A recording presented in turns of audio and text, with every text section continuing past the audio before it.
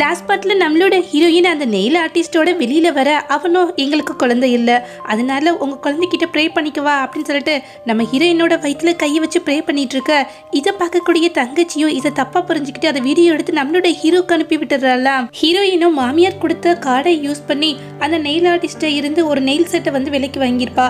இவ்வளோ அமௌண்ட்டை நம்ம எடுத்துட்டோம் அப்படின்ற உண்மை தெரிஞ்சதுன்னா அவர் நம்ம மேல வந்து கோவப்படுவாரே அப்படின்னு நினைச்சிட்டு இருக்க. இப்போ கரெக்டாக அந்த இடத்துக்கு நம்மளோட ஹீரோ வரானா, அவங்க கிட்ட என்னச்சு உங்களுடைய முகம் ரொம்ப டல்லாக இருக்குது அப்படின்னு சொல்லி பேசிகிட்டு இருக்காளா. அது மட்டும் இல்லாமல் தயவு செஞ்சு என் மேலே கோவப்படாதீங்க, இந்த மாதிரி இந்த கார்டில் இருந்துட்டு நான் பணத்தை யூஸ் பண்ணியிருக்கேன் அப்படின்னு சொல்லிட்டு இருக்காளா. அவனும் என்ன சொல்கிறேன், இந்த பணம் எல்லாமே எனக்கு ஒரு பெரிய விஷயமே கிடையாது, ஆக்சுவலாக நான் கோமா இருக்கிறதுக்கு காரணமே இந்த வீடியோ தான் அப்படின்னு சொல்லிட்டு தங்கச்சியை அமிச்ச வீடியோவை காமிச்சிட்டு இருக்கானா. அதை பார்த்துட்டு ஹீரோயினும் ரொம்பவுமே ஷாக் ஆயிடுறா.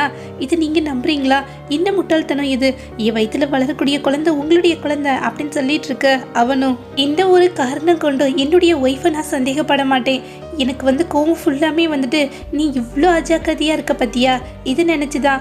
ஒருவேளை இந்த வீடியோ மட்டும் வெளியில் லீக் ஆச்சுன்னு வச்சுக்கோமே, என்ன நடந்திருக்கும், எல்லார்கிட்டையும் நம்ம ப்ரூவ் பண்ண முடியாது இல்லையா, அதனால நீ கொஞ்சம் கவனமாகிரு அப்படின்னு சொல்கிறானா.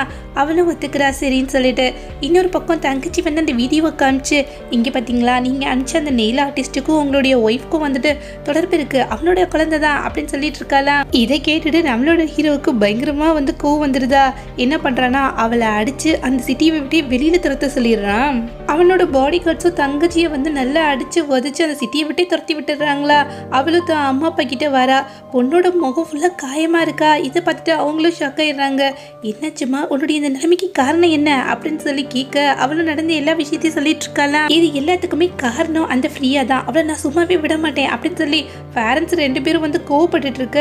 இன்னொரு பக்கம் உள்ளுக்குள்ள வந்துட்டு நிறைய பாடி கார்ட்ஸா என்டர் ஆகுறாங்களா.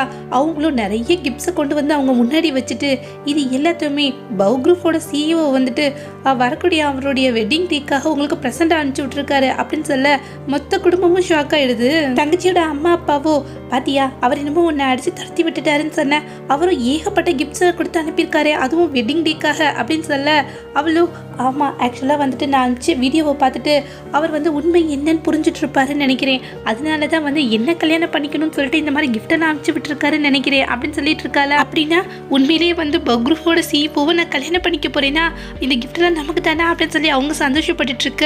வெளியிலேயோ வந்து அந்த கிஃப்ட்டை கொண்டு வந்தவன் காரில் உட்காந்துட்டு இருக்க நம்ம ஹீரோயினோட அம்மா இருப்பாங்க இல்லையா, அவங்ககிட்ட போய் எதுக்காக மேடம் இந்த கிஃப்ட் எல்லாத்தையுமே வந்து பவுக்ரூஃபோட சிஇஓ கொடுத்ததா சொன்னீங்க, நீங்கள் கொடுத்ததாவே சொல்லியிருந்துருக்கலாம் இல்லையா அப்படின்னு சொல்லி கேட்டுட்டு இருக்கானா. அவங்களும் காணாம போன என்னுடைய பொண்ணான ஃப்ரீயா வந்து இவங்களுடைய பொண்ணா இங்கே தான் வளர்றா அப்படின்றத நான் கண்டுபிடிச்சிட்டேன், ஆக்சுவலாக கூடிய சீக்கிரத்துலேயே நான் சாக போகிறேன், அதுக்கு முன்னாடி வந்துட்டு அவளுக்கு இந்த வெட்டிங் கிஃப்ட்டை வந்து ப்ரெசென்ட் பண்ணணும்னு நினச்சி அவளுக்கு கல்யாணம் ஆக போகிற இந்த நேரத்தில் போயிட்டு என்னை பற்றின விஷயங்கள் தெரிஞ்சு கவலைப்படுவா இல்லையா, எப்படியோ நான் இறந்த பிறகு என்னுடைய மொத்த சொத்து என்னுடைய பொண்ணுக்கு தானே சொந்தம் அப்படின்னு சொல்லிட்டு இருக்க. அந்த இடத்துலயே மயங்கி விழுந்துடுறாங்களா.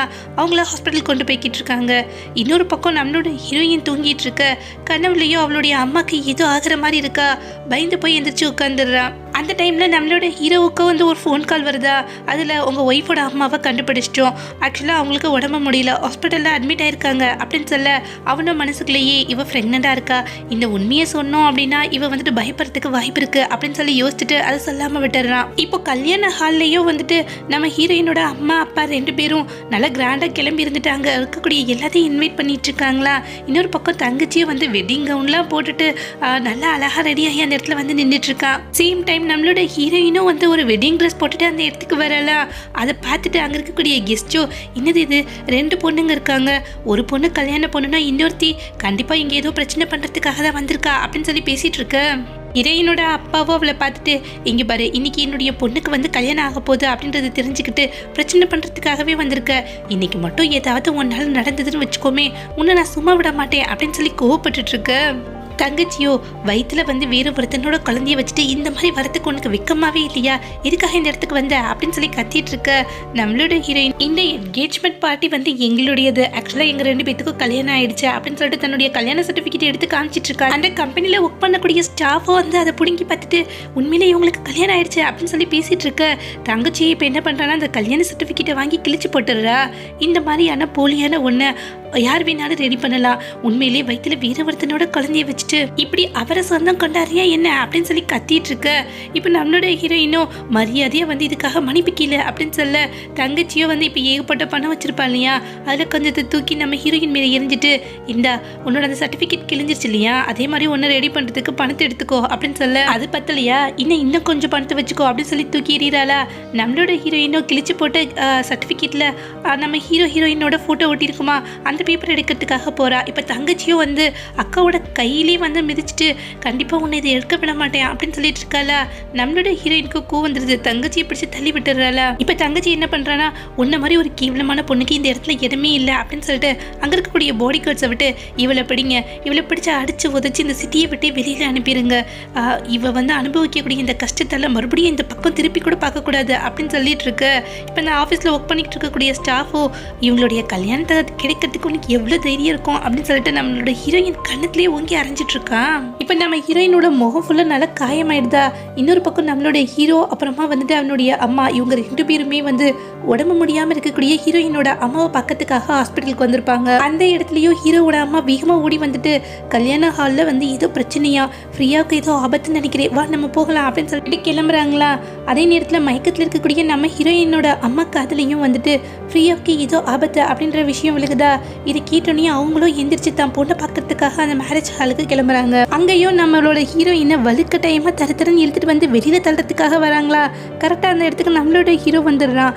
யாருக்கு தைரியம் இருக்குது என்னுடைய பொண்டாட்டி மேலே வந்து கை வைக்கிறதுக்கு அப்படின்னு சொல்ல எல்லாரும் ஷாக்காகி போய் நம்மளோட ஹீரோவை பார்த்துட்டு இருக்காங்களா. ஹீரோயினோட அப்பாவும் வந்துட்டீங்களா, சீக்கிரம் வாங்க, ஆக்சுவலாக இந்த கல்யாணத்தை கெடுக்கிறதுக்காகவே ஏதோ பணத்தை ஆசைப்பிடிச்சவருக்கா பார்த்தீங்களா, இவன் இந்த இடத்துக்கு வந்திருக்கா அப்படின்னு சொல்ல நம்ம ஹீரோவுக்கும் வந்து கோவம் வந்துடுதா. ஓங்கி அவரோட கண்ணத்துலேயே ஒரு அறையை விட அவரும் ஷாக் ஆயிடாரு. இதுக்காக என்ன அடிக்கிறீங்க அப்படின்னு சொல்லி கேட்க, எங்க மறுபடியும் சொல்லு என்ன சொன்ன அப்படின்னு சொல்லி கேட்டுட்டு இருக்கானா. பணத்தாசை பிடிச்சவன் சொன்னேன் அப்படின்னு சொல்லிட்டு இருக்க, மறுபடியும் அவருடைய ஓங்கி ஒரு அறையை விட அவரும் ஷாக் ஆயிடுறாரா. இப்போ தங்கச்சியோ இந்த மாதிரிலாம் பண்ணிட்டு இருக்கீங்க, நீங்கள் தானே நேற்று நிறைய கிஃப்ட்ஸை வந்து எங்களுக்கு அனுப்புனீங்க, அது மட்டும் இல்லாமல் நாங்கள் போட்டுட்ருக்க இந்த ட்ரெஸ் முதல் கூட நீங்கள் அனுப்புனது தானே அப்படின்னு சொல்லி கேட்டுட்ருக்க, நம்மளோட ஹீரோவோ உங்ககிட்ட நிறைய தடவை சொல்லிட்டேன், என்னுடைய வாழ்க்கையில் ஒருத்திக்கு மட்டும்தான் இடம் இருக்குது, அது இதோ நிற்கிறாளே என்னுடைய ஒய்ஃப் அவளுக்கு மட்டும்தான் அப்படின்னு சொல்லிட்டு இருக்க. நம்ம ஹீரோயினோட கையில் வந்து ஒரு பிரேஸ்லெட் மாதிரி மாட்டியிருப்பாளா. இப்போ அது கலண்டு கீழே விழுந்துரு. தங்கச்சியோ ஆக்சுவலாக வந்துட்டு வேற ஒருத்தனோட குழந்தைய வைத்து வச்சிட்ருக்கா, எப்படி இவ்வளோ உங்களால் வந்து ஒய்ஃபை ஏற்றுக்க முடியும், மரியாதையை இவ்வளோ விட்டுடுங்க, என்ன கல்யாணம் பண்ணிக்கோங்க அப்படின்னு சொல்ல, இப்போ நம்ம ஹீரோவோட அம்மாவுக்கும் கூ வந்துடுதா. தங்கச்சியோட கண்ணத்துலேயே ஓங்கி ஒரு அறையை விட்டுட்டு, இனி ஒரு வார்த்தை என் மருமகளை பற்றி தப்பாக பேசினா உன்னை சும்மா விட மாட்டேன் அப்படின்னு சொல்லிட்டு இருக்காங்களா. நம்மளோட ஹீரோவோ ஒரு பட்டர்னிட்டி டெஸ்ட் எடுத்து பார்த்துட்டு, இங்கே பார்த்தியா ஆக்சுவலாக இது என்னுடைய குழந்தை தான் அப்படின்றதுக்கான ப்ரூஃப் அப்படின்னு சொல்லிட்டு அதை காமிக்கிறானா. அதை பார்த்துட்டு எல்லாரும் ஷாக் ஆகிடுறாங்க. தங்கச்சியோ அதை வாங்கி பார்த்துட்டு, அப்படின்னா இது உங்களுடைய குழந்தை தானா அப்படின்னு ஷாக்காகி போய் கேட்டுட்ருக்க. இப்போ நம்மளோட ஹீரோவோ என்னுடைய ஒய்ஃபை வந்துட்டு தேவையில்லாமல் அசிங்கப்படுத்தி அவளை அவமானப்படுத்துறதுக்கான தண்டனை உங்களுக்கு நிச்சயமாக கிடைக்கும் அப்படின்னு சொல்லிட்டு இருக்கானா. கரெக்டாக அந்த இடத்துக்கு நம்ம ஹீரோ என்னோட அம்மா இருக்காங்க இல்லையா, அவங்க வந்துடுறாங்க.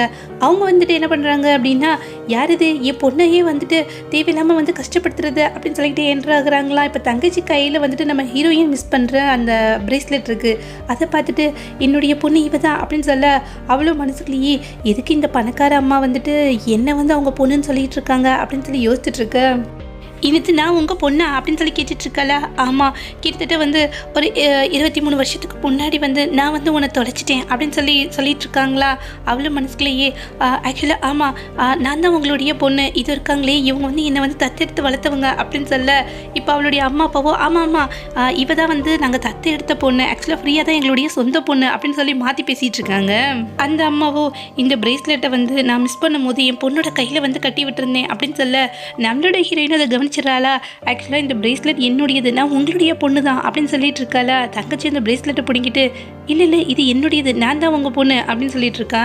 அது மட்டும் இல்லாமல் இந்த மாதிரி போய் பேசுறதுக்கு உனக்கு என்ன தைரியம் இருக்கு அப்படின்னு சொல்லிட்டு நம்ம ஹீரோயினோட கண்ணத்துலேயே அறியறதுக்காக வராளா. இப்போ ஹீரோவோ அவளை பிடிச்சி தள்ளி விட்டுட்டு, என் ஒய்ஃபை வந்து தொட்டேன்னு வச்சுக்கோமே உன்னை சும்மாவே விட மாட்டேன் அப்படின்னு சொல்லி கோபப்பட்டு இருக்கானா.